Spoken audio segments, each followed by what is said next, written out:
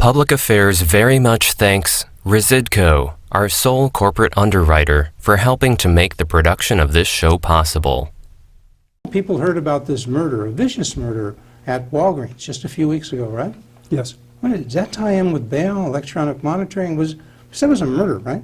That was a homicide. That was vicious, right? Olga Maria Calderon was killed. She was an employee of Walgreens. It was September 6th. She was stocking the shelves. Somebody pulls on her arm, drags her to the front of where the registers are, and stabs her multiple times, and she dies in her own blood.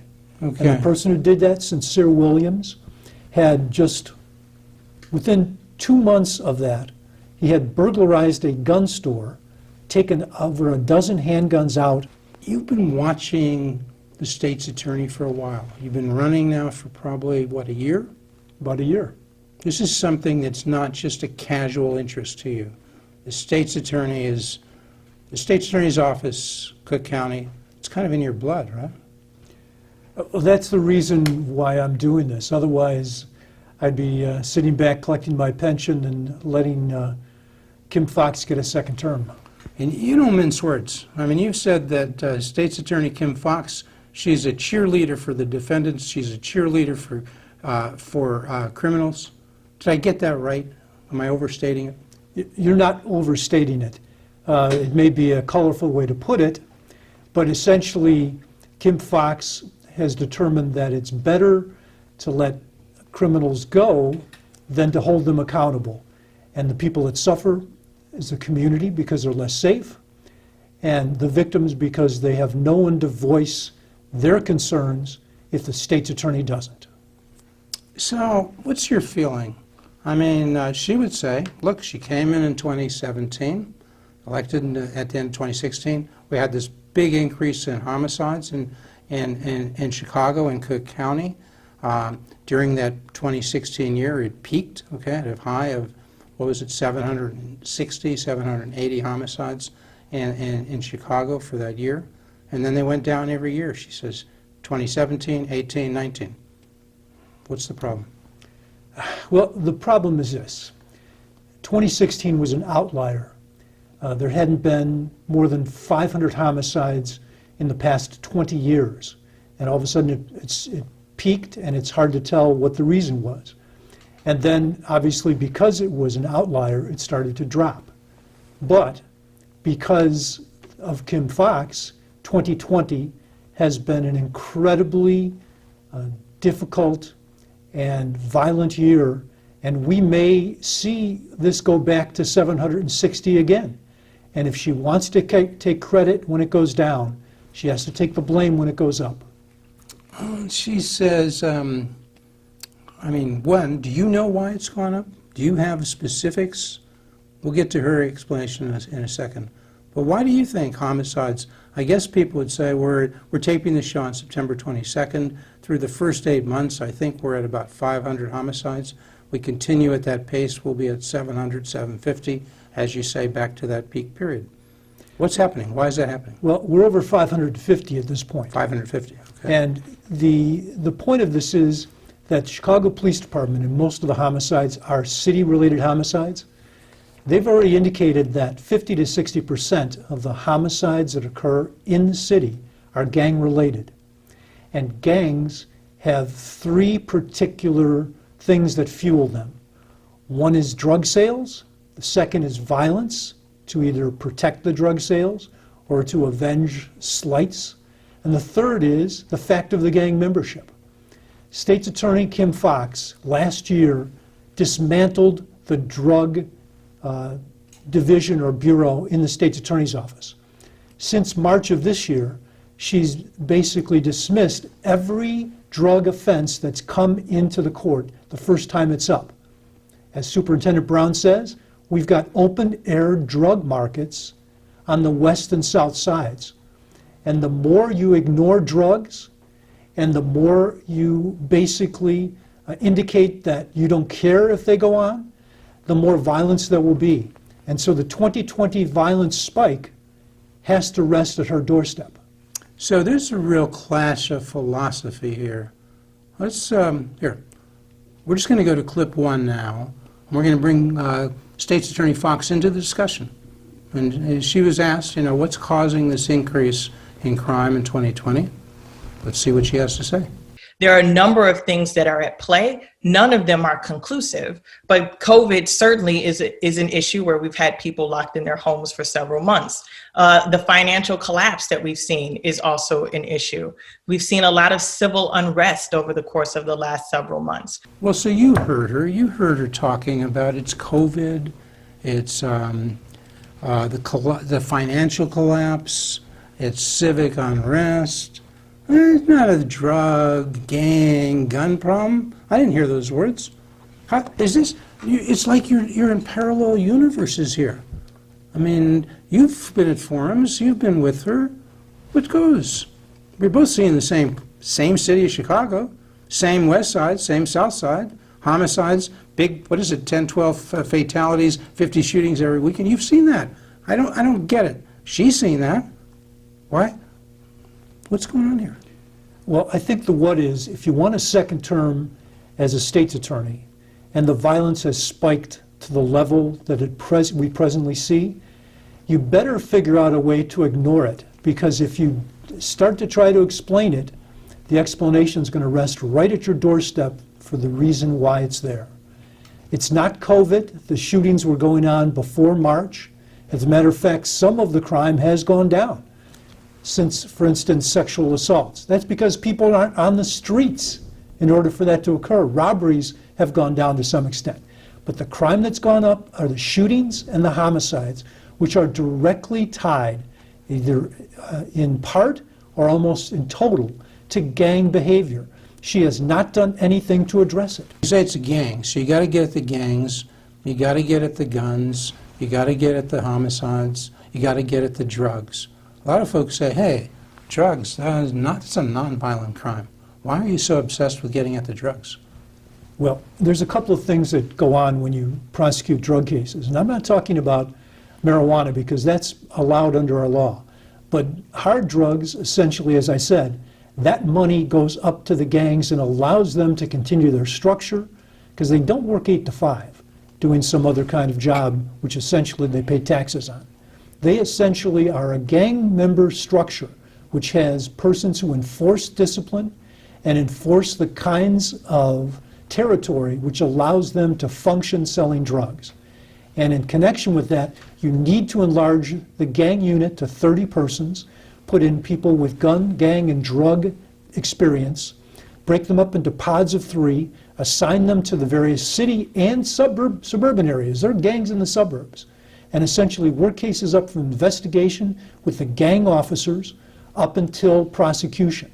And to handle those cases vertically all the way through and to get them to trial quickly and not to back off. It's something you have to have a discipline for. And in order to get witnesses to come forward, you need a program which essentially gives the witnesses and their children security. You need to model it after the Marshall's security program. Denver does it in Colorado. You can do this. You make people able to come forward because you're taking them out of the environment where the gangs can threaten them. You're relocating them, putting their kids in school, getting them jobs or job training, and essentially counseling to help them with the fact that they've now been uprooted. You can do it. Do we have a program? There's a witness protection program on the feds level, but they send them off to another city, they change their identity. You're not suggesting that. You can't do all I am suggesting you can do all of that yes. on the local level? And Yeah. Denver has already done it, and they've done it for the last, just short of a decade, and they've had great success. Everybody thinks you can't do it, and because there's a thought that you can't, no one does. All the victim witness units that exist in Chicago, Manhattan, and Los Angeles are modeled after one particular piece of the process. When you get your witness after a case has been filed, you make sure they get a ride to the courthouse, you make sure they're safe when they're in the courthouse, they make sure at the time where there's hopefully a conviction, they get the right to make a statement under oath, and then once they walk out the door, they're on their own. Okay. And this has happened in Chicago just recently, 2019. A woman with the first name of Treja. She testified in a murder case in 2019, convicted that murderer. That murderer then put a $5,000 bounty on her head. Within 2 months, she was dead. The state's attorney has done nothing about it. She has not understood that she's responsible for the safety. And if the witnesses get killed, you're not going to have any witnesses. Well, you've had forums, you've had a chance to question her, you've had a chance to throw this at her. What does she say? Quite frankly, she dances. And I don't know that she's Kim ever... Foxx, State's Yes, Attorney Kim she does. Foxx. She dances with answers. Dances ducks. She Okay. absolutely does. So if she were here right now, you'd ask her that question. And she danced with it. She has no desire to answer questions. She wants to be elected for a second term because the Democratic Party in Cook County has basically put her there. They want to keep her there, and she's satisfied not to be a prosecutor as long as she can have that job. Well- So we started the gang unit with 7 assistants. I enlarged it when I was there to 14. It's still not enough because at this point in time, and we had a narcotics bureau. 14 is not hand in enough. hand. It's a It's gang not unit enough. now, 14. Yes, you need, well, that was under me. I think she's enlarged to 20, but she has no idea how, in effect, you have to do the hand-in-glove work with the police. Why She's not? at war with the Why police. doesn't she know? Because she doesn't want to prosecute people. Her theory is that if you ignore crime, it'll go away and the criminal will stop misbehaving. It's silly. She said she's a prosecutor. She told you at that forum that you just had with the Daily Herald, don't you know? She tried a big case. She tried What about one that? case. One And, case. and you're right. Essentially, everything that I learned in 5th grade. And I'm sure everything she learned from that one case. From that one case. How many cases did you try? Juries, somewhere close to 100. Bench trials, somewhere close to 700 or 800. So you are who you are. You try 100 cases, you see the world one way. You try one case, you see the world the other. Is that your point? Is that why her perspective is different from yours? The perspective is different because if you don't understand all of the kinds of things you can do and all of the evidence that can essentially convict someone who murders another person, because after all, when you murder somebody, you take away the best witness, because that's the victim. So essentially, you've got to work with a case where the best witness is gone. So you've got to look at third-party admissions, you've got to look at confessions, you've got to look at circumstantial evidence, you have to look at admissions that are made to people within the neighborhood, which means you've got to protect them. They're not going to come forward and tell you that some particular person that's a member of a gang essentially is someone that admitted to them they killed somebody. You can't do all this yourself. You're one attorney. What you're overseeing 800 attorneys or so in the state's attorney's office. You need a lot of prosecutors. You need a lot of folks with trial experience. Is that right? Yes. Somebody who knows how to do felonies. Somebody who can really take it to them. Does she have that now? She's not, you're saying, but does she have those people around her? I think there are good assistants still in that office, but the problem is if the leadership isn't there, if there is a lack of certainty as to what the state's attorney wants them to do, they essentially are uncertain how to do it. There was 170 jury trials tried under her regime in 2019 across 50 felony courtrooms. To give a comparison, under Anita Alvarez's last year, there was 100 more. To give a comparison, under my term in 1992, that last year, there was close to 500. The same number of courtrooms, the same number of assistants. So we got to look around. She talks about the number of homicides. She says when you were there was 950 homicides in the state's attorney's office in 1990, 1992. What was different then? What do you say to her when she says, hey, you had 950 homicides? Well, we've got, what has she got, 700 right now, and it's going up. Well, I think she will by the end of the year, but, Yeah. but the point of it is the state's attorney isn't in a position to take responsibility or to say, yeah, I was there and it went down in terms of homicides, because you're talking about the kinds of factors that aren't addressed. But you can talk about the kinds of response to those homicides. We then did, by 1996, which was a continuation of the office, but under different leadership, we had that back down to 400, 450. I see. Okay, so and some of this is national trends. L.A., how do L.A. and New York compare with the level of homicides before this recent bout of going up in 2020? I mean, we were going down. What about L.A., New York? People say something. How does L.A. and New York compare with Chicago on homicides? Even when we were at 490, which is what we had in 2019, Right. New York had something under 300. Los Angeles had about that or a little bit under. So even though both of those cities, their populations are greater, the number of homicides in 2019 was less. Now, they've gone up in 2020, but nowhere near where we So are. we're still, Chicago is greater than the combined level of homicides for LA and New York City, right? Back in 2019, that would have been true, and probably in 2020. Okay. All right, so we got this matter with Jussie Smollett. That was a big matter. It seems to have gone away. Dan Webb did a report. Let's see what, you guys discussed this, you and Kim Foxx, at the, this was a forum held at, by the Daily Herald. Let's go to clip 2, and where Kim Foxx is talking a little bit about what the Dan Webb report found.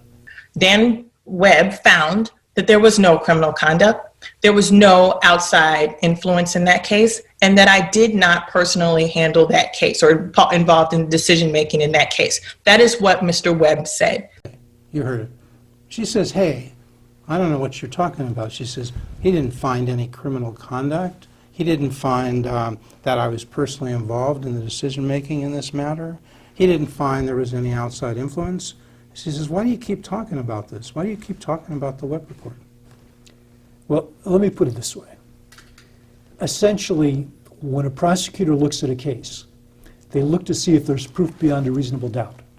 And when they fail to find that proof at that point in time, they don't acquit somebody or call them innocent. They just say, we can't prove it. And I think that's what Dan Webb was saying. But more importantly, what he was saying was that in order for Ms. Foxx to try to fool the people of this county into believing that the way she handled the Smollett case was the way she handled every other case in that like circumstance, she had to lie about it on at least 4 or 5 occasions in order to try to convince people that, first of all, we did this in 5,700 of the cases. That was untrue. We essentially, we could only charge him $10,000 in restitution. That's untrue. I stopped talking to Jussie Smollett's sister on a particular date. Well, that wasn't true. She continued talking to her. This is a situation where every time Kim Foxx had to open her mouth to try to fool people into thinking that Jussie Smollett didn't get a particular deal no one else could get because of his political connections, she had to lie to do it. And once she does that, her integrity is gone, and when your integrity is gone as a prosecutor, there's nothing left. These are public statements that you're saying were lies. They weren't under oath. There was no affidavit. She's in a quasi-political position as state's attorney. You would be that. You would be in a quasi-political position. You think politicians ought to be held accountable for their so-called, what you're calling lies? Well, Not under oath. We're not talking about perjury in court. We're talking about what quasi-politicians, you might be a quasi-politician, she might be that. When you say to the public, is there a real problem with that? yes. I don't know Is that an ARDC problem? Did Webb refer this issue to the ARDC? Yes, he did, and he's required to do so because of case law. When you feel that canon of ethics that attorneys have to obey, then when you think there is a problem and one of the canons is in effect been violated by an attorney, the other attorney who knows that has to report them, or they could get reported. So when she says she's not before the ARDC, you're saying she is before, or at least her matter is before the ARDC now. It's been referred to. And what is the ARDC? The Attorney Registration and Disciplinary Commission, which has control over every licensed attorney in the state of Illinois. Okay, as State's Attorney Kim Foxx, is her issue with Jussie Smollett, which we've been discussing, has that whole matter and how she handled that and how she made statements to the public, has that now been referred to the ARDC? That's exactly what Webb said in his summary report. And they could go ahead and discipline her. So after they investigate, after they reach their own conclusions, they could do what to her? Well, they have the ability to do a number of different kinds of consequences, all the way to disbarment, reprimand, suspension. If her law license is suspended or she is disbarred, she can no longer serve as state's attorney. And so who would be the state's attorney? If she were to be reelected and this happened after her reelection, then what happens? Either before or after, the county board would then appoint a state's attorney. So the same Ms. Preckwinkle who appointed her would get another bite at the apple. Okay, just one thing on the drugs, going back to that, because you seem to say, look, drugs are important. I heard her say, look, you're talking about a lot of small cases we dismiss. They're small for possessions. They have small amounts. They're not sellers. It's a health problem. I heard her say this at the Daily Herald. It's a health problem. We've been having this war on drugs for a long time. It's not working. She says, you want to renew that war on drugs. You want to go after these people who have small amounts of drugs, ruin their lives, get a conviction, they'll never be able to work. What do you say to State's Attorney Foxx? Well, I'm sure she wants to sell that particular kind of story, but that isn't the case. In effect, when you're charged with a crime like drugs at a low level, you can be deferred out of the process. So the case could be pending. You could get a series of conditions that you have to meet, and after a 12-month period, the case could be dismissed. But in the interim, one of the things that could occur is that you get treatment. And the problem is that even small amounts, they're wrapped up for sale. You wrap up basically 1/8 of a gram and have 5 or 10 of them, and it barely, obviously, it doesn't come to a gram, given the numbers and the way it's parsed. Those people are sellers. I don't want to put people in jail, but to dismiss their cases, you're not getting them treatment either. So you're essentially letting the problem continue without either affecting the gang finances or getting help to the person who essentially is arrested for drugs. What were you saying that the state's assistant state's attorney should have been doing when there were people that were arrested for looting, arrested for theft, arrested for burglary, whether it was looting, whether there were riots, however you want to call it? What was happening in that period in early June and then again in early August?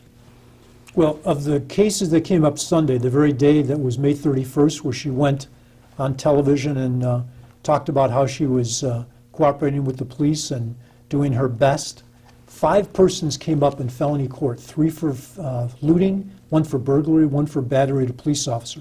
Her assistant state's attorney said nothing while those persons were allowed to return to the streets on their own signature. They were barely in custody 3 or 4 hours. The rioting and looting was still going on.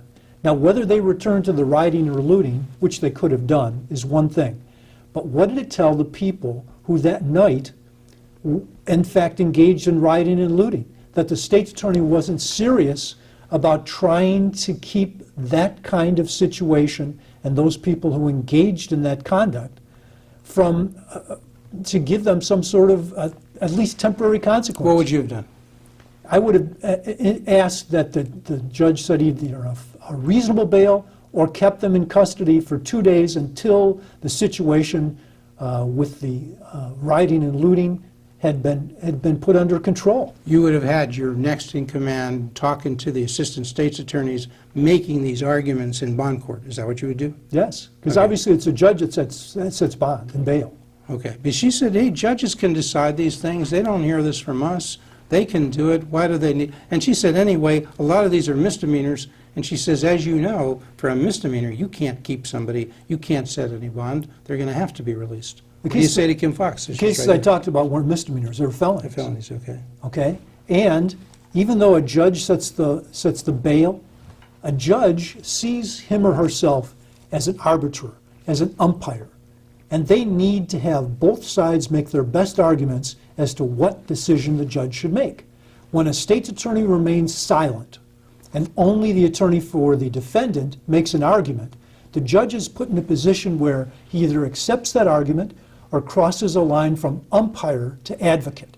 And once you do that, you lose your ability as a judge to be that arbiter, that neutral figure. The state's attorney can't be a bystander. The state's attorney should have been prepared, given that we were talking the second time that the rioting had occurred within just a couple of months. The state's attorney had to be prepared to have assistance down there in a mass arrest situation. In August, when it In happened August, again? yes. You're saying, well, you would embed people? What would you do? Would you embed state's attorneys into Yes, you with the would. police? Yes, you would. So they could know what to gather for evidence? They could know that, and we've had mass arrest situations before. Essentially, the police are indicated when you arrest somebody, you put their CB number, which is a number that is unique to that particular person in arrest and the officer, on their arm. Or you could give a band on their hand. You basically make sure you got photos of them with the goods. You make sure the goods that are taken get inventoried. You make sure that the person gets photographed. You could go on the air, you could say, as state's attorney, I want to remind you folks, we're prosecuting this stuff. You come out, you do theft. That's the first statement. I didn't hear that. Did she do that? I'm sorry, she didn't. She didn't do it. She said she couldn't, you know, her husband has cancer and all of that, and she couldn't be working. She has others who are working. She could have had her assistants say that. Did she have anybody come out and say that? No one. Okay. So there's a real clash here. This stuff matters. I mean, you know, people heard about this murder, a vicious murder at Walgreens just a few weeks ago, right? Yes. Wait, does that tie in with bail, electronic monitoring? That was a murder, right? That was a homicide. That was vicious, right? Olga Maria Calderon was killed. She was an employee of Walgreens. It was September 6th. She was stocking the shelves. Somebody pulls on her arm, drags her to the front of where the registers are, and stabs her multiple times, and she dies in her own blood. Okay. And the person who did that, Sincere Williams, had just, within 2 months of that, he had burglarized a gun store, taken over a dozen handguns out, but he couldn't carry them away because he was on public transportation. He stashed them under a vehicle in the alley. Before he could get away, because it was broad daylight when he did this, he broke a front window with a hammer. He was arrested. He went to juvenile court. He was a couple days short of his 18th birthday. Initially, he was put on electronic monitoring, and then Electronic monitoring, okay. mysteriously, He stole a dozen guns and he's put on electronic monitoring? yes, Is that, what would you have done? He's a juvenile, right? So is there anything you could do? well, yes, you could keep him in custody for a period of time. It's like 30 days, otherwise you have to hold a particular hearing and have meet a standard. Like monitoring, and then what happened? They took him off electronic monitoring without any objection from the state's attorney. Who took him off? It would have been the judge doing that, but The judge can again, do it without, was there a hearing? there was a hearing in which the state remained quiet. Really? And within... What did Fox say? What did she tell you as to Well, why she again, remained she says the quiet? judge does it, but the problem is, it's a judge who is an arbiter, is an umpire. In between the monitor being taken off him and the murder, he commits 2 attempt robberies, either of which would have called him back into court because he would have broken the electronic monitoring system. Okay, so he's not being monitored, 2 robberies, and then what? He's still not And then being the killing. monitored. She's going to say on this, I heard this at the Daily Herald, look, this guy O'Brien, he's got the endorsement at the FOP, they don't want to do reform, they want to do the John Burge way. He's with them. That's kind of what she's saying. You're with John Burge. You're with no reform. You're with those cops who just want to keep it the same. That's why they endorse you. Did I get it right? Is that what Kim Foxx is saying about you? Well, yeah, but of course, to me, that's ridiculous. Every other state's attorney that's in office seeking another term has been endorsed by the FOP. Curiously, only this state's attorney was not. And the biggest contributor to my campaign is me and my family. The money from the FOP obviously helps in getting the message out, but it's not going to control. It's a drop in the bucket. And every officer... How much money does she have coming in? Well, at this point in State's Attorney time, Foxx? I'll tell you, she's not. She's what? She doesn't have money coming Oh, she's in. not. She's in trouble? She's not getting funded? I don't know if it's going to continue, but the answer is yes. I've got 3 times more money than she does. It's still not enough, Yeah. but she just hasn't been able to get donors to drop. Okay. You want reforms? Absolutely. And matter of fact, You're not a reforms- John Burge guy? Oh, You would of never have course not. tolerated that? Of course not. If you knew about Unlike it, you would have her, stopped it, right? I've never had an ARDC complaint against me. This could be the most important race, right? I think it is the most important race for Chicago, for the county, for the state. All right. Thank you so much, Judge Pat O'Brien, Thank you. Republican nominee for State's Attorney of Cook County. Thank you.